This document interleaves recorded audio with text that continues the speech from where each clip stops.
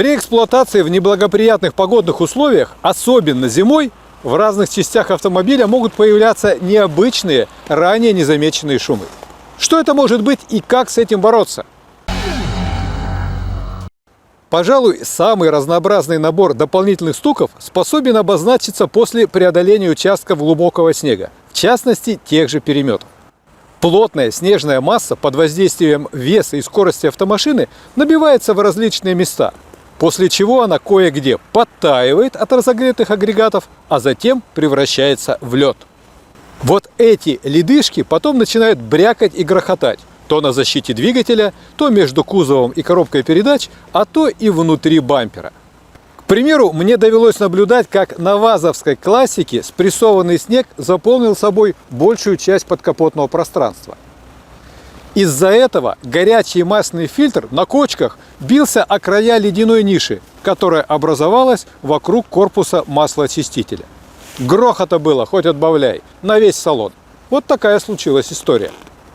Лучший вариант избавиться от подобных проблем – это загнать автомобиль на ночь в тепло или, как вариант, устроить ему хорошую продолжительную мойку. При штурме снежных преград иногда отрываются брызговики и подкрылки, а также теряются либо рвутся эластичные крепления выпускной системы. Если такое случается, то после установки деталей на место, естественно, исчезнут и связанные с повреждениями нехорошие посторонние звуки. Другая тема. Налипший с внутренней стороны обода снег или скопившийся там лед неизбежно нарушают балансировку колеса. От надоедливой тряски на ходу поможет избавиться или очистка колесного диска от снега вручную, или опять-таки заезд в теплый бокс, либо на мойку. Скрежет обмерзших щеток при включении стеклоочистителя легко устранить, разминая пальчиками слой снега и льда, скопившийся на резинке. А вот хлопать щетками по стеклу не надо, так можно заполучить трещину. Замечено и другое обстоятельство. Зимой частенько выходят из строя ступичные подшипники. Свою роль в их разрушении играют многочисленные обледеневшие дорожные кочки и надолбы. При замерзших амортизаторах, либо наоборот, когда из них вытекла жидкость, удары на ролики, шарики и их беговые дорожки в обоймах становятся особенно жесткими.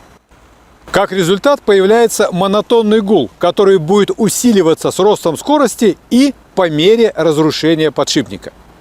Диагностика неисправности довольно проста. При прохождении левых или правых виражей шум будет либо усиливаться, либо стихать, в зависимости от того, с какой стороны разваливается подшипник. Впрочем, эту неисправность можно смело назвать всесезонной. А вот свист холодного моторчика печки сразу после его включения чаще проявляется именно зимой. Ездить с таким неприятным шумом долго нельзя. Можно угробить сухие подшипники скольжения. А вот если снять моторчик и смазать втулки ротора несколькими каплями масла для двигателя, то он прослужит вам еще не один год. Не спешите менять то, что нуждается в простой смазке.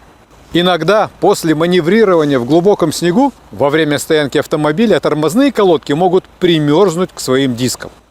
В этом случае трогание с места сопровождается громким щелчком, когда колодки прихвачены льдом не сильно.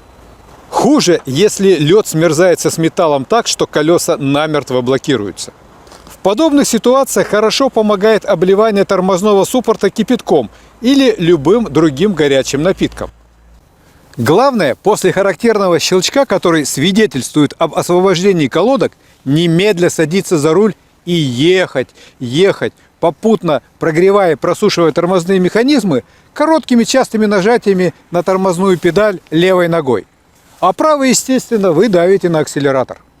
Как вариант, можно облить примерзшие колодки размораживателем для дверных замков. Но если ничего путного под рукой нет, приходится вызывать автоэвакуатор. Чтобы такого не произошло, не бросайте машину в глубоком снегу с разогретыми тормозами. А также старайтесь не пользоваться стояночным тормозом. Ставить машину зимой на ручник – это рискованная затея.